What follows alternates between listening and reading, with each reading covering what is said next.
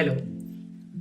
मुझसे ना बहुत सारी अलग अलग बुक्स रिलेटेड बातें होती हैं, क्योंकि मुझे बुक्स पढ़ने का बहुत इंटरेस्ट है। मुझे किताबों का बहुत शौक़ है, ख़रीदने का भी बहुत शौक़ है, पढ़ने का भी शौक़ है। कुछ किताबें मैं पढ़ पाता हूँ, बाकी मैं रख देता हूँ और कभी ना कभी उनको ज़रूर पढ़ूँगा, ये प्रॉमिस के साथ।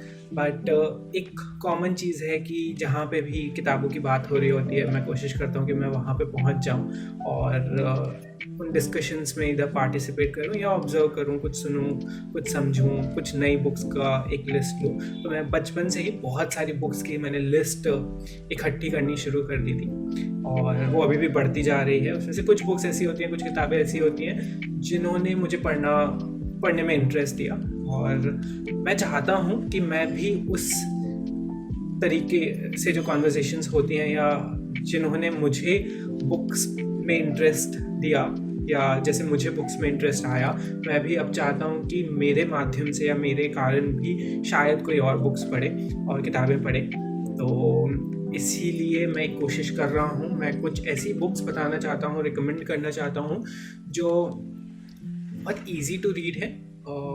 उसको पढ़ने में ज़्यादा मुश्किल नहीं आएगी क्योंकि लैंग्वेज भी बहुत सिंपल है, बहुत मोटी बुक्स नहीं है। आप आसानी से एक सिटिंग में भी उनको कंप्लीट कर सकते हो और मेरे हिसाब से वो बुक्स लाइफ चेंजिंग है। मेरे लिए लाइफ चेंजिंग रही हैं। मैंने बहुत सारे ऐसे लोगों को वो दी भी हैं, गिफ्ट करी हैं या पढ़ने के लिए दी हैं और उन्होंने भी ये एक बात बोली है या उन्होंने रियलाइज़ किया है कि यार ये पर्टिकुलर बुक बहुत इम्पैक्टफुल थी, उसके कारण उनको कुछ नया सोचने को या पर्सपेक्टिव मिला लाइफ के बारे में। तो I want to have this one series dedicated to the books that I love or I want to recommend everyone, or books that you should definitely read. So in this part 1, I want to share this one book called Siddhartha. This book has a lot of different covers, but this is my copy. This is by Herman Hesse or Hesse. I don't know how to spell it, but I'll check.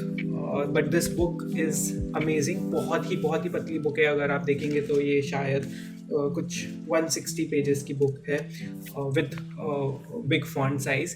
और अगर आपने पढ़ना start किया तो मैं बोल सकता हूँ कि बहुत सारे लोग इसको वन सिटिंग में भी कंप्लीट कर देते हैं। ये एक फिक्शन बुक है और गौतम बुद्ध की स्टोरी नहीं है, बट गौतम बुद्ध के इर्द गिर्द ही है और एक philosophical book है। इसको अगर आप पढ़ते हैं तो there will be lot of questions, there will be lot of relatable things that you will see in this book, and I feel everyone should read this once at least, and if you like it then you should definitely share it with others, gift it। बहुत ही सस्ती book है। I think 100-150 rupees में आपको ये मिल जाती है और इसकी बहुत सारे ट्रांसलेशंस भी हैं अलग अलग लैंग्वेजेस में। तो अगर कोई ऐसा जना है जो इंग्लिश में नहीं पढ़ सकता तो आप उनको उनकी लैंग्वेज में भी ये बुक दे सकते हैं और आप भी अगर चाहें तो ये बुक आप अपनी लैंग्वेज में पढ़ सकते हैं, जो भी लैंग्वेज में आप कंफर्टेबल हैं।